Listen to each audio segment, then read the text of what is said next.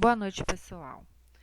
Dando continuidade aos assuntos de urgência e emergência, hoje a gente vai falar de outros, que praticamente são 5 assuntos, um interligado no outro, tá? Que a gente vai falar sobre parada cardiorrespiratória, reanimação cardiopulmonar, suporte avançado, suporte básico de vida, deixando para o próximo encontro o suporte avançado de vida e ritmos cardíacos, certo? São assuntos um pouco extenso, certo? Que vai requerer de vocês um estudo mais aprofundado em outros materiais também, como a gente já comenta em sala de aula, artigos, né? Outros materiais, outros slides, inclusive aquele livrinho que eu citei, né, da American Heart Association. Por que aquele livro? Porque aquele livro é uma atualização que é feita de 5 em 5 anos, certo? Naquele livro contém diretrizes que devem ser seguidas com o objetivo de padronizar o atendimento, tá? Então, assim, estudiosos se debruçam a cada 5 anos para poder estar analisando o que corresponde ao atendimento ou não, o que pode ser incrementado, o que pode ser retirado, tá? Com o objetivo de melhorar a qualidade da assistência em urgência e emergência, principalmente em reanimação cardiopulmonar, que vai objetivar corrigir a parada cardiorrespiratória, tá? Então, a gente vai passar para o próximo slide.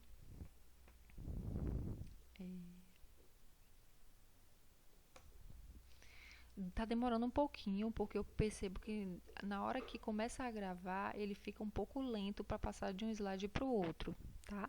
Mas nada que a gente não consiga resolver. O que é uma parada cardiorrespiratória? Chamada também de cardiopulmonar, é definida como ausência de atividade mecânica do coração, ou seja, o coração para de bater, cessa os seus batimentos. Tá? Então a gente volta lá para a anatomia, para a fisiologia, lembrando o funcionamento do coração, tá? E o objetivo. Qual é o seu funcionamento? Lembra aí, sístole, diástole. Sístole é a contração, diástole é o relaxamento.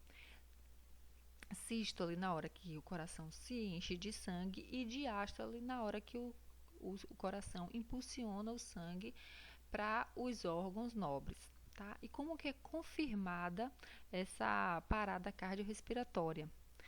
Vocês vão ter que estar verificando o pulso, não verifica pulso periférico, e sim pulso central, particularmente na carótida. A ausência de responsividade, eu esqueci o N aqui, gente, mas depois eu vou corrigir. Tá? Vocês vão, em consciência, vocês vão verificar se aquele paciente ele está inconsciente. E a terceira confirmação da parada é a apneia, que a gente lembra, né? Apneia, ausência da respiração. E como que fica essa respiração? Eu coloquei uma fotozinha aqui para vocês estarem vendo, que é uma respiração agônica, certo? Em que o paciente emite esse tipo de som, chamado também de gasp, tá? E para diferenciar o que é parada cardíaca e parada respiratória, a gente classifica a parada cardíaca da seguinte forma.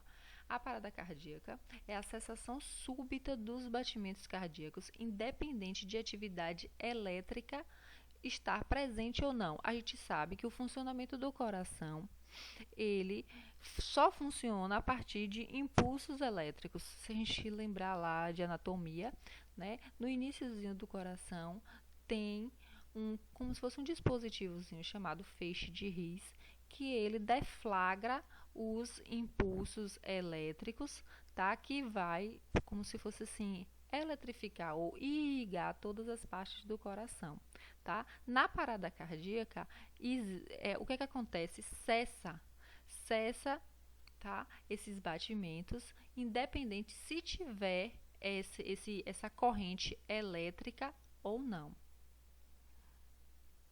Na parada respiratória, existe uma ausência de troca gasosa entre o indivíduo e a atmosfera. Na própria palavra já está dizendo, né? Parada respiratória.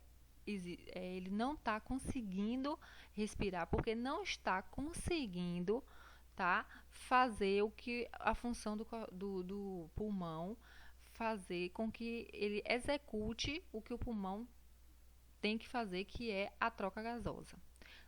E isso acontece pelo quê? Por diversos fatores que a gente vai ver lá na frente, tá bom? Quais são as causas principais dessa parada? Então, igual que eu falei que a gente vai ver lá na frente, o afogamento, quando um paciente se afoga, automaticamente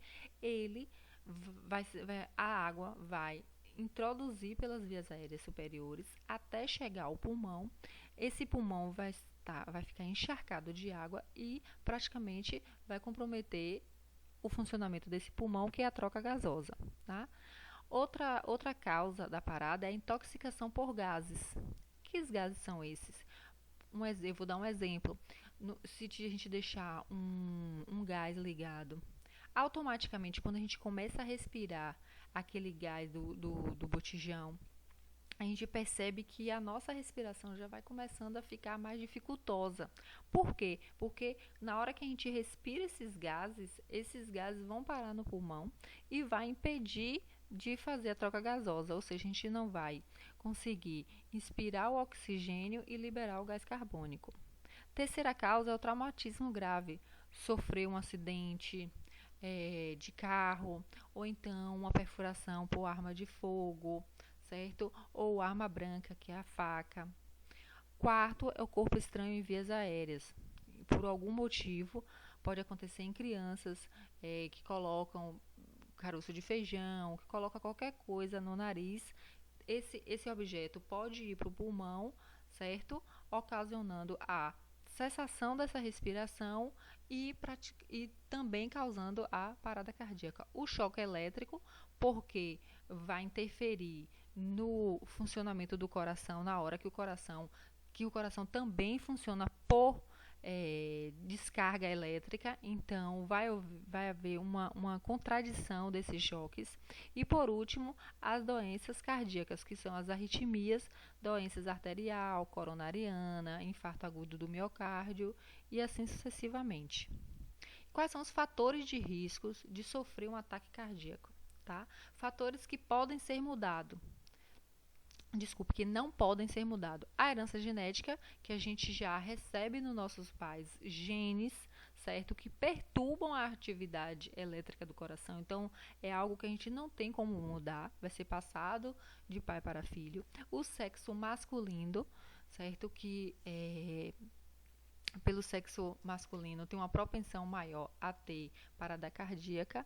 E o terceiro é a idade avançada, por conta de todos os órgãos que já estão desgastados ou então já estão comprometidos com algumas comorbidades. E o segundo fator de risco que podem ser mudados é os nossos hábitos de vida, né? Que a gente pode deixar de fumar, controlar a pressão arterial, controlar os níveis de colesterol e praticar atividade física. Tudo isso a gente sabe que contribui positivamente ou negativamente para o bom funcionamento do coração ou uma eventual parada cardíaca. Tá? Outros fatores contribuintes para a parada cardíaca é a diabetes, obesidade, estresse e uso de drogas ilegais, causando um espasmo de uma artéria coronária. O que é o espasmo? Em alguma parte daquela artéria vai acontecer um fechamento dessa artéria que vai impedir do fluxo sanguíneo correr normalmente, dificultando assim do sangue chegar ao coração, causando uma parada.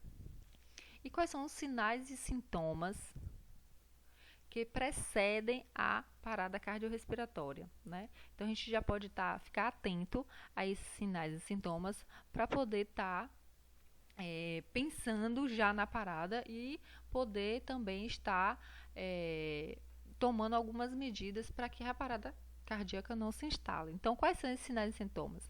Dor torácica, sudorese, palpitação precordial, tontura, escurecimento da visão. Lembra que lá no início a gente falou como reconhecer uma PCR, né? O nível de inconsciência. Perda da consciência, como eu acabei de falar, ó, é o próximo. Alterações neurológicas, porque se não chega um fluxo sanguíneo adequado para o cérebro, porque não tem o bombeamento, né, do coração, automaticamente vai comprometer o nosso sistema neurológico.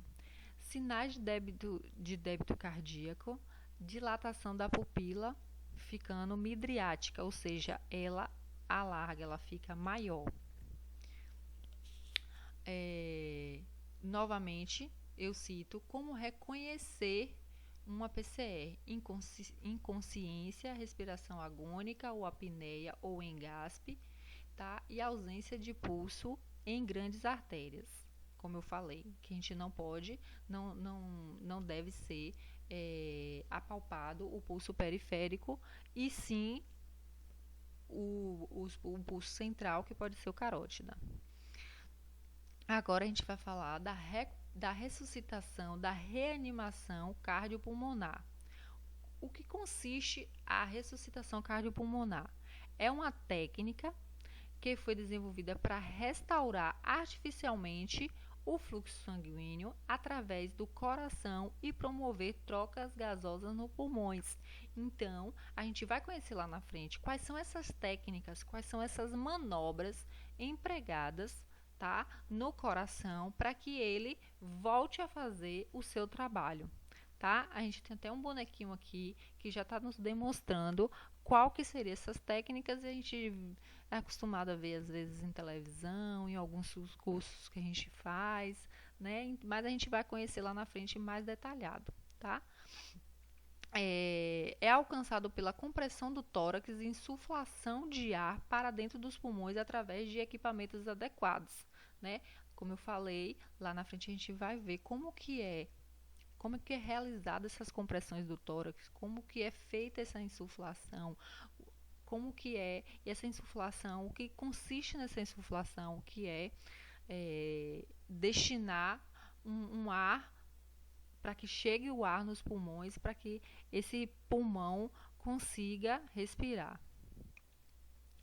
E quais são os objetivos da ressuscitação? Reverter causas tratáveis, né? Porque esse coração que parou, a gente vai deferir as manobras para reverter o que causou essa parada cardíaca. Primeiro a gente vai controlar essa parada. Primeiro a gente vai devolver o funcionamento a este coração.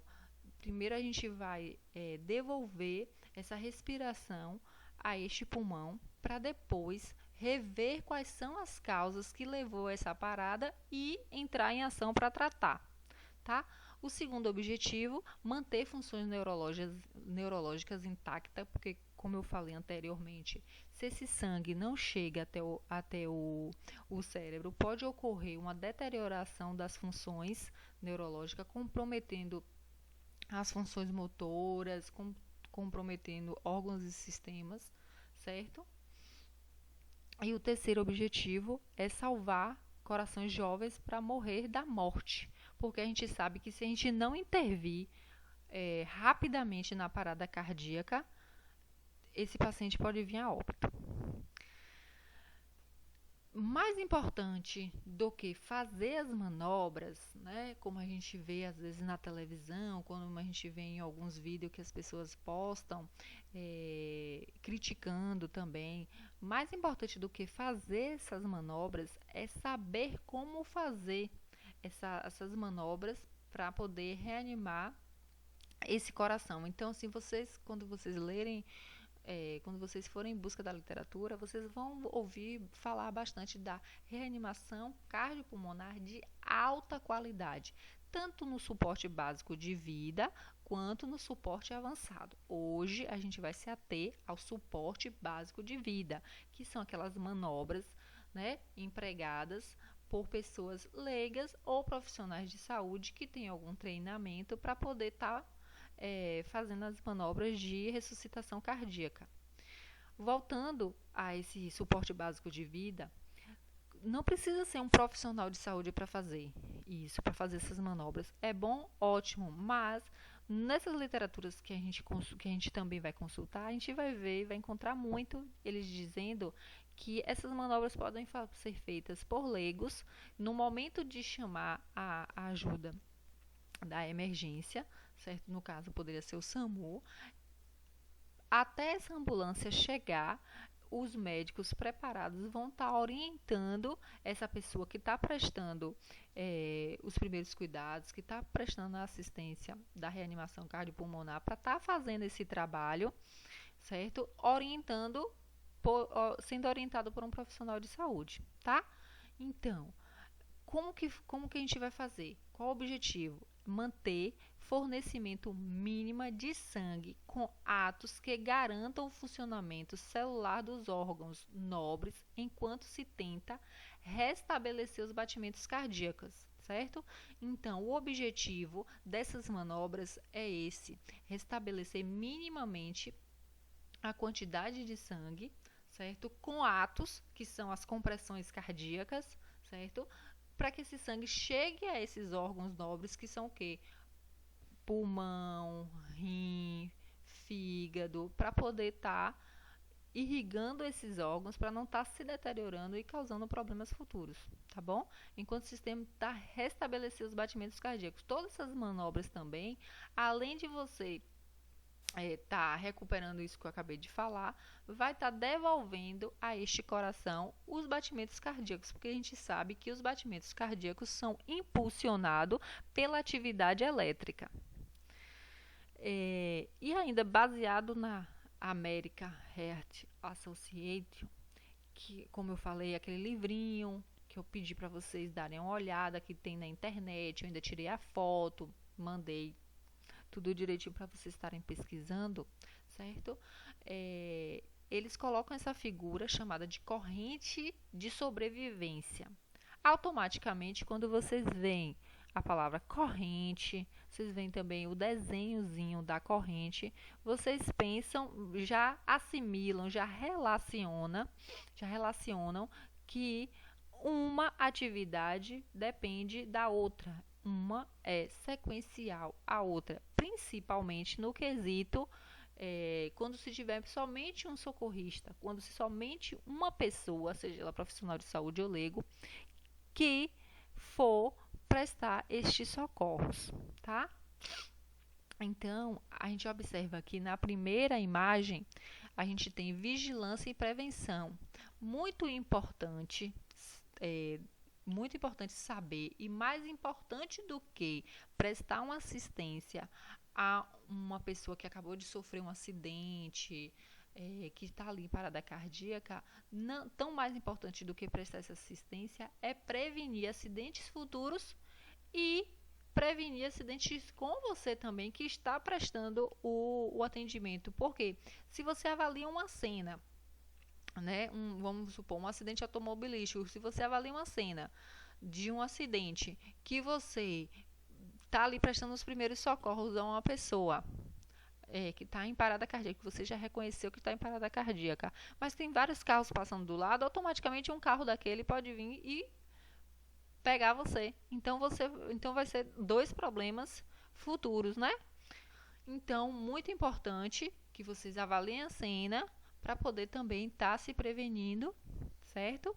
No segundo momento, é o reconhecimento e acionamento do serviço médico de emergência. O que quer dizer esse reconhecimento? Vocês vão verificar, vão reconhecer a parada cardíaca, pelo que a gente já falou, se está inconsciente, ausência de respiração, ausência de batimentos, certo? Apneia. Vocês vão estar reconhecendo essa parada e automaticamente vai estar ligando para o serviço médico de emergência para eles poderem estar te orientando. Em seguida, você vai fazer, né, a ressuscitação cardiopulmonar imediatamente e de alta qualidade, certo? A gente vai explicar mais ou menos lá na frente o que significa esta alta qualidade, certo? Em seguida, rápida desfibrilação, utilizando o aparelho para fazer essa desfibrilação. Isso aí, nesse caso, vai ser para uma parada que a gente está em um metrô, que a gente está em algum ambiente que tenha o desfibrilador, chamado de DEA, desfibrilador externo, certo? E por último, suporte avançado de vida e cuidados pós-PCR. O que seria esse suporte avançado de vida? Quando você já fez todas as manobras, certo? E o paciente ainda precisa de um suporte avançado, que precisa de uns procedimentos mais avançados que ali no momento você não vai conseguir ofertar esse paciente, certo? Então vai ser ofertado por profissionais de saúde, no caso equipe multidisciplinar e de preferência em ambiente hospitalar, certo? Então aqui, ó, os elos da nova cadeia de sobrevivência de atendimento cardíaco de emergência em adulto, baseado no AHA, que é a American Heart Association, são reconhecimento imediato da PCR, acionamento do serviço de urgência e emergência. Segundo, reanimação cardiopulmonar RCP precoce, com ênfase nas compressões torácicas, certo? Vocês já vão iniciar as compressões.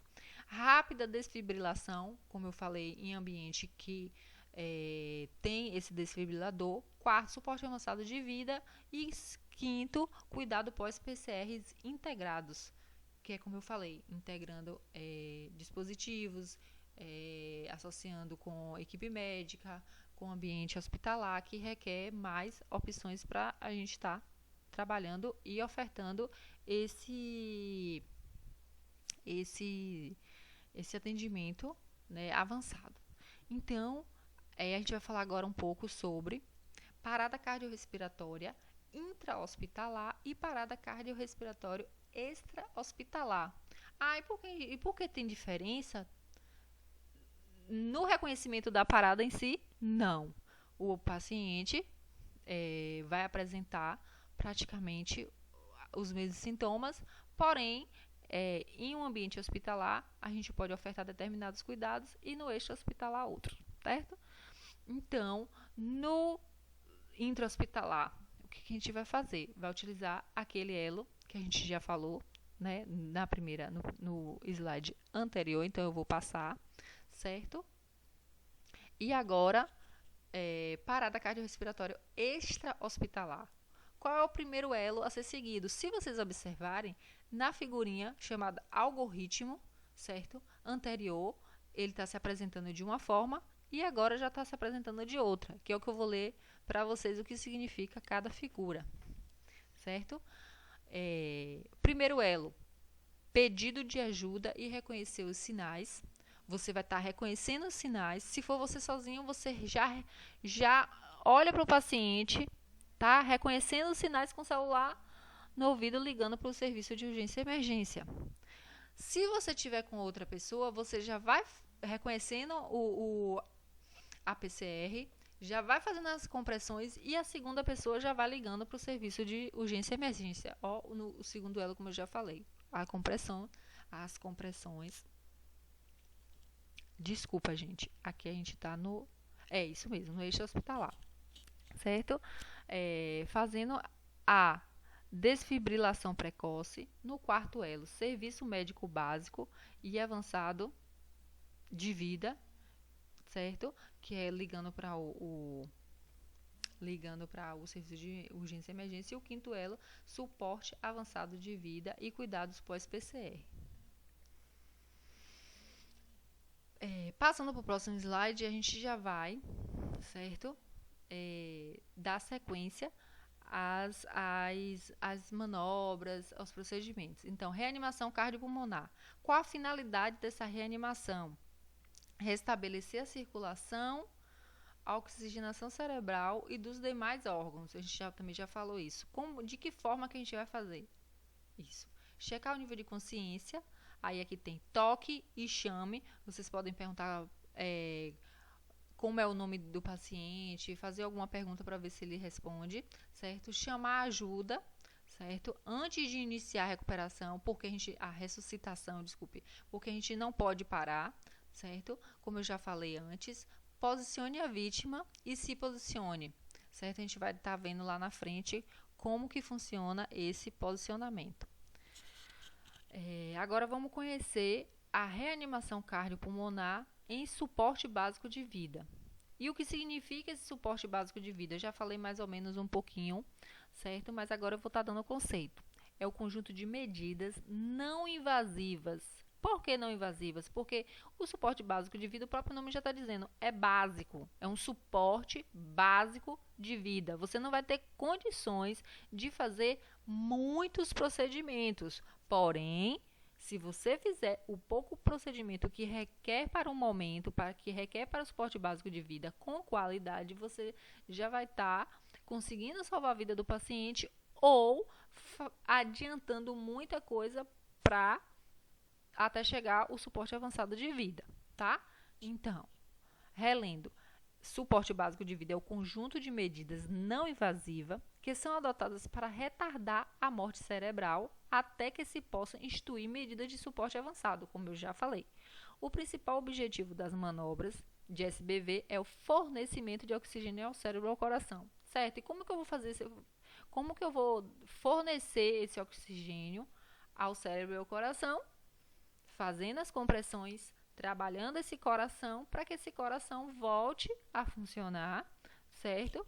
Para que até a partir daí o coração volte a trabalhar como deve, volte a impulsionar sangue, como a gente já falou anteriormente.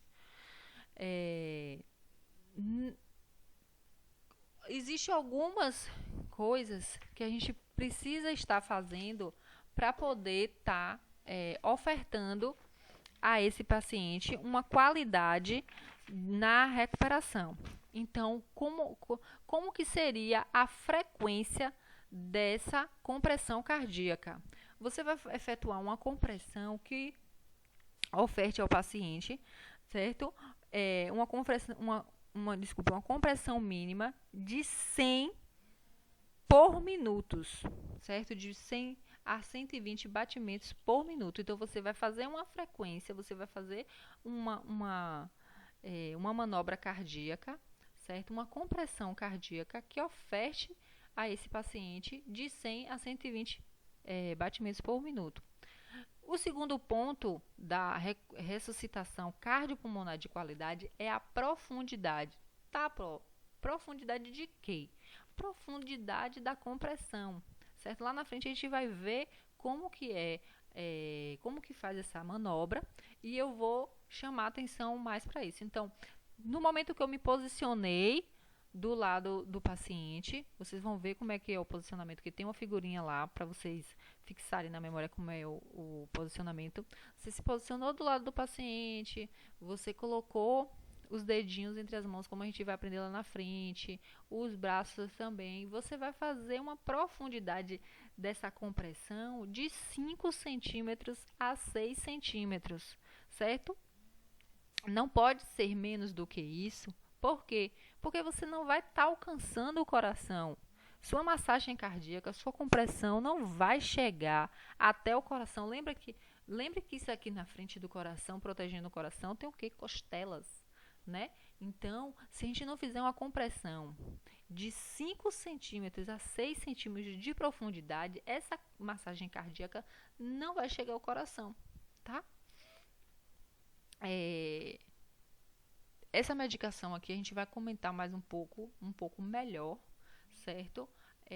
No suporte avançado de vida, tá bom? Porque lembra que a gente falou que são procedimentos não invasivos, né? Que a gente consegue ofertar ao paciente, mas foi colocado aqui para que vocês conheçam qual é a medicação, a naloxona. Ela se vocês forem pesquisar, vocês vão ver que é um antagonista, ou seja, serve para corrigir uma outra medicação, serve para entrar como um efeito contrário a uma outra medicação, certo? Porque a gente viu lá na frente anteriormente que a parada pode ser causada também de forma tóxica, né? Então, a gente pode estar utilizando essa medicação para servir de antagonista para outras medicações que provavelmente o paciente possa ter usado. E esses dispositivos em ambiente específico e mecânico a gente vai conhecer lá na frente também. É o ambu, certo? As cânulas, que a gente vai conhecer um pouquinho lá na frente. Tá bom?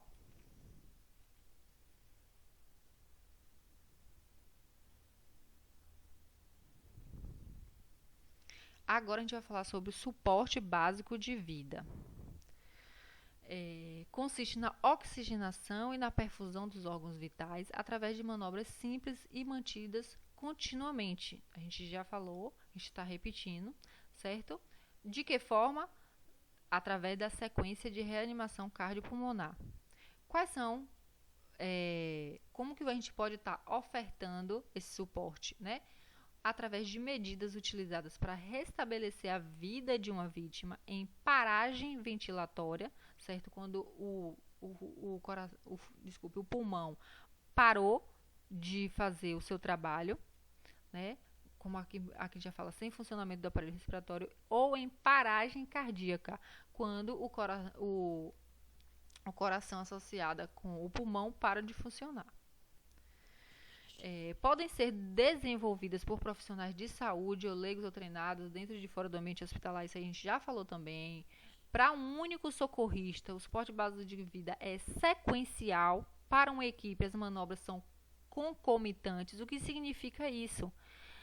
Para um suporte básico de vida, para uma única pessoa prestar o atendimento, realizar as manobras, terá que ser uma coisa sequencial. Você não vai conseguir fazer as duas coisas ao mesmo tempo, não é isso? Você não consegue fazer massagem cardíaca e ofertar ventilação ao mesmo tempo. Você tem que fazer a massagem, parar e ofertar ventilação. Já no caso de uma equipe ou de duas pessoas, você coloca uma pessoa para fazer a massagem cardíaca e a outra vai ofertando a ventilação artificial, tá? Devido à importância dessas medidas, a cada 5 anos, a gente já falou isso também, são publicadas diretrizes mundiais de ressuscitação cardiopulmonar, certo? E como eu falei, voltando aqui só para dar uma ênfasezinha para o próximo slide, devido à importância dessas medidas, a cada 5 anos são publicadas diretrizes mundiais de ressuscitação cardiopulmonar. Essas diretrizes são, como eu já falei, certo? São sistematizadas, padronizadas para que todo mundo siga da mesma forma, certo? E são diretrizes organizadas. Vou passar para o próximo slide para vocês conhecerem como que é essa organização. Começando pelas manobras, certo? Para facilitar, vocês vão estar gravando essa siglazinha CKBD. Lembre de cabide. KBD. Quando vocês forem pesquisar, que vocês vão ver manuais do American, diretrizes do American Heart Association, vocês vão ver que antes da de 2015 não era KBD, era ABCD, certo? Porque vocês podem verificar, porque era ABCD, agora é KBD, por conta de que as diretrizes, né, chegam a determinados estudos e resolvem fazer essa modificação porque acham que é melhor mudar essa sequência para ofertar uma reanimação cardiopulmonar melhor, tá? Então, a gente vai falar de cada letra, certo? O que significa cada letra. Começando pela letra C. C está relacionada a compressões torácicas, a aberturas de vias aéreas. Lembra que eu falei? Se for um único socorrista, enquanto um faz compressão, se for um socorrista, ele vai ter que estar fazendo a compressão, parar de fazer a compressão para ofertar a ventilação, certo? Se for 2 ou mais socorristas, no momento que ele está fazendo a compressão, após as 30 compressões, o socorrista já faz 2 insuflações, né? Oferta 2 vezes a ventilação, certo? Então, C, compressão torácica. A, abertura de vias aéreas. Certo? B, boa ventilação. Vocês vão conhecer lá na frente, nos próximos slides, como é que faz a abertura das vias aéreas, porque tem uma técnica também de poder posicionar a cabeça do paciente para poder efetuar uma boa ventilação. E o D, desfibrilação, certo? Chegou com DEA para de comprimir, depois comprime mais 2 minutos, tá bom? Então, você tá ali fazendo a compressão, tá ali fazendo a massagem cardíaca, o DEA chegou, você dá o choque, certo? E depois comprime mais 2 minutos, certo? Tá fazendo a compressão, 1, 2, 3, 4, 27, chegou o DEA, não precisa completar os 30 não precisa esperar completar os 30 para poder aplicar o DEA. Chegou o DEA, coloca logo, certo? Choca e depois comprime mais 2 minutos, tá bom?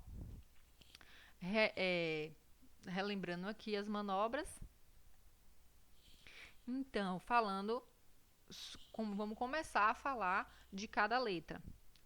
Letra C está relacionada a compressões, tá? Retorno total do tórax após cada compressão, certo? Então, lá na frente a gente vai conhecer quantas compressões são, tá? Então, a cada movimento de compressão que você faz, lembra que eu falei que são profundidade de 5 a 6 centímetros, então você tem que fazer uma compressão e esperar o tórax retornar. Isso tudo é muito rápido, mas também tem que ser você tem que fazer da melhor forma possível, tá? Minimização das interrupções nas compressões torácicas, limitando interrupções das compressões a menos de 10 segundos.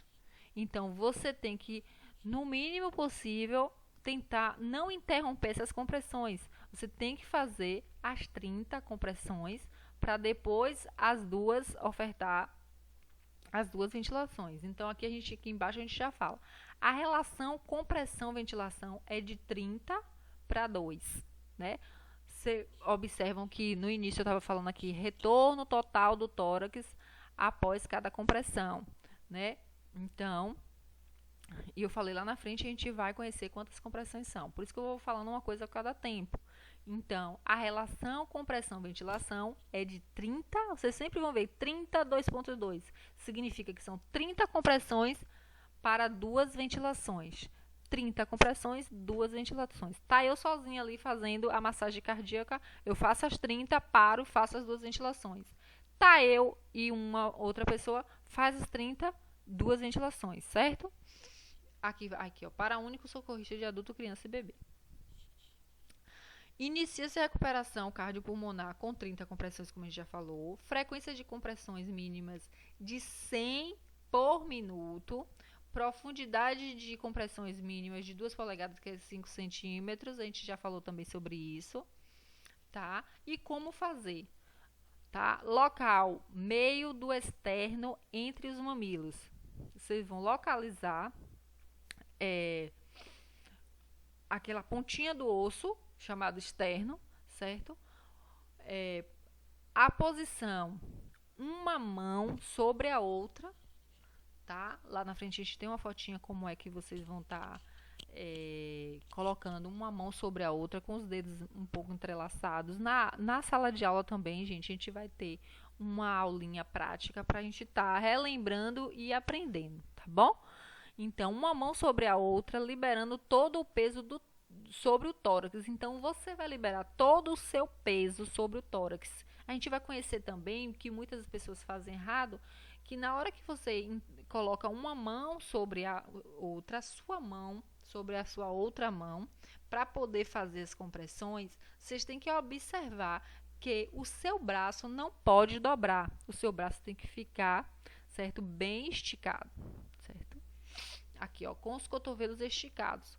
Coloque a palma das mãos entre os mamilos na metade inferior do osso externo. Fazer pressão vigorosa para baixar o externo.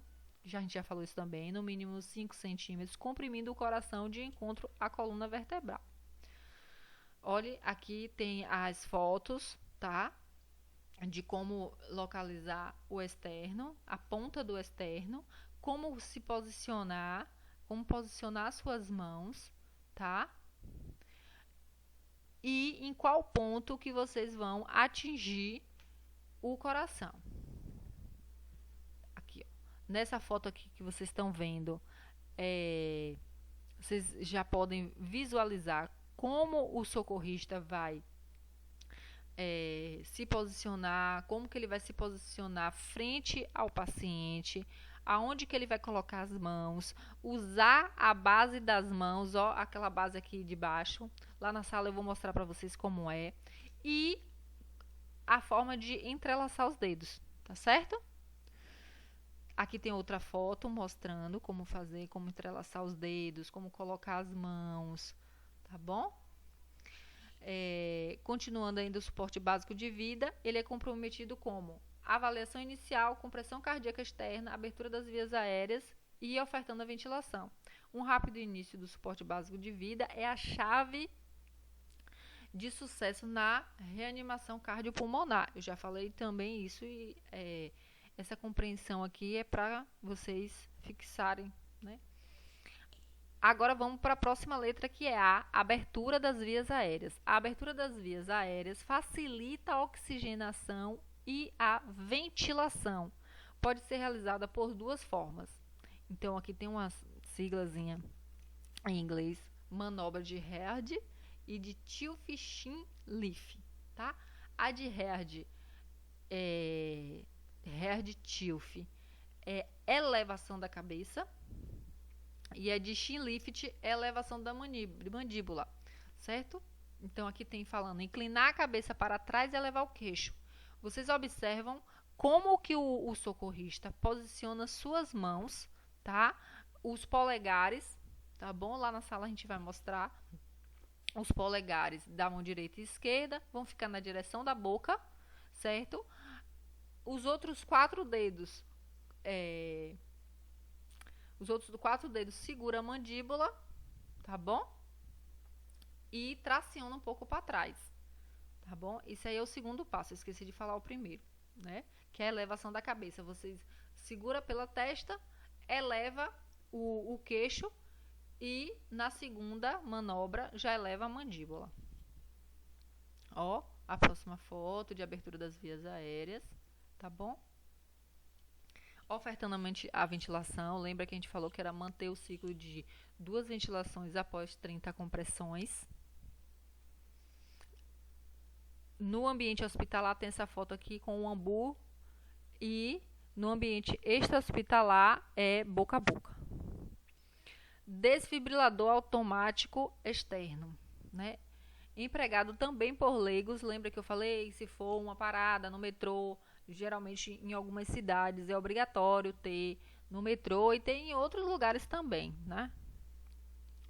É a terceira etapa da reanimação. Desculpe, tem 3 etapas. Ligar o desfibrilador e monitorar. O que significa esse monitoramento? Analisar o ritmo. A gente vai conhecer lá na frente. Na próxima aula, a gente vai conhecer os ritmos, porque existe 2 ritmos, chocável e não chocável. Como que está dizendo? Choque é recomendável ou não? A gente primeiro precisa monitorar o padrão cardíaco para a partir daí a gente descobrir como que esse coração está lá dentro, certo? Lá na próxima aula eu vou mostrar como é que a gente vai descobrir como é que ele está lá dentro, como é que ele está batendo, se ele está batendo, se ele tem batimento, certo? Mas não tem pulso. Então lá na frente, na próxima aula, a gente vai explicar. Por isso que eu falei a vocês, que vai ser dividido em partes e que é um pouquinho cheio de detalhes, certo? Pronto, então a gente ligou o desfibrilador, monitorou, analisei o ritmo, quando a gente instalar as pás no tórax do paciente, o próprio DEA vai te mostrar, vai te falar, vai te informar o ritmo cardíaco, certo? Você vai analisar se é chocável ou não chocável, para a partir daí, certo? deferir o choque. Remove pelos com as pás e aplicar a outra. E não analisar em movimento, porque pode dar falsas informações. Cuidados com o DEA. Não aplicar pás em cima de adesivos ou marca-passo. Colocar uma distância de no mínimo 2 centímetros. Não desfibrilar próximo a combustíveis voláteis, para que não venha dar choque. E enxugar o tórax se molhado também, porque a gente não pode esquecer que esse DEA, desfibrilador externo, automático externo, ele nada mais é do que lançar uma carga elétrica em cima, sobre o coração do paciente para devolver esses impulsos, né? Então, o objetivo do DEA é manter o fornecimento mínimo de sangue com atos que garanta o fornecimento celular do órgão nobre, que é o coração, enquanto se tenta restabelecer os batimentos cardíacos. Tá? Então, como é que você, através do DEA, vai manter um fornecimento mínimo de sangue? Ele não vai estar lá injetando sangue, mas ele vai te dar uma carga elétrica, ele vai dar ao coração uma carga elétrica, para a partir do momento que devolver a carga elétrica ou restabelecer essa carga elétrica que deve estar desorganizada, para a partir daí esses impulsos elétricos fornecer minimamente o sangue. Certo? Então, ressuscitação cardíaco pulmonar com um socorrista, lembra que eu falei? Compressão, depois para a compressão e faz ventilação. Com 2 socorristas, primeiro socorrista inicia imediatamente as 30 compressões torácicas, enquanto o segundo socorrista chama o suporte, abre vias aéreas e se prepara para a aplicação de 2 ventilações. Ou seja, tenho 2 pessoas, tenho 2 socorristas, tenho Ana e João. Ana vai estar fazendo as 30 compressões. Enquanto Ana está nas 30 compressões, João já fez tudo isso. Já chamou o suporte, o socorro, a emergência, já ligou para o SAMU. Depois ele começa a abrir as vias aéreas para quando Ana acabar a compressão, ele já iniciar a ventilação. Tá? Realizar a alternância de 30 compressões para 2 ventilações, a gente já falou, certo? E com o ambu, tá bom? Com o ambu, quando a assistência médica chegar, manter ciclo até chegada do suporte avançado. Complicações pós-PCR. Então, a gente fez tudo aquilo, mas sempre tudo que a gente fez poderá vir a ter complicação. Lembra que eu falei que o objetivo de uma qualidade da ressuscitação cardíaca é recuperar aquele coração, certo? Então, infelizmente pode vir a ter complicações, certo? Por conta desses atos, mas o mais importante é recuperar aquele coração, certo? Então, quais são as complicações pós-parada cardiorrespiratória? Fraturas de arcos costais, porque no momento que a gente vai fazer a compressão pode acontecer, mas uma fratura eu consigo recuperar, e um coração parado eu não consigo, não é isso? Pneumotórax, traumatismo de vísceras abdominais, fratura de externo, insuficiência renal por conta de que esse sangue não chegou lá no rim para filtrar, lesão neurológica, certo? Assistência de enfermagem pós-PCR, observação constante do paciente, prevenção de nova parada cardíaca, a gente tem que estar monitorando esse paciente, atento aos sinais de reconhecimento dessa parada, organizar a unidade, controle rigoroso de hemodinâmica, estar sempre atento a todos os dispositivos conectados ao paciente, se está tudo funcionando certinho, monitoração cardíaca e contínua, manter oximetria de pulso, que às vezes lembra que o oxímetro, né, às vezes desprende do dedinho do paciente, manter acesso venoso fluindo bem, controlando os dias de que foi puncionado, se não tem nada interferindo, certo? Na fluidez desse acesso, manter vias aéreas desobstruídas, enfim.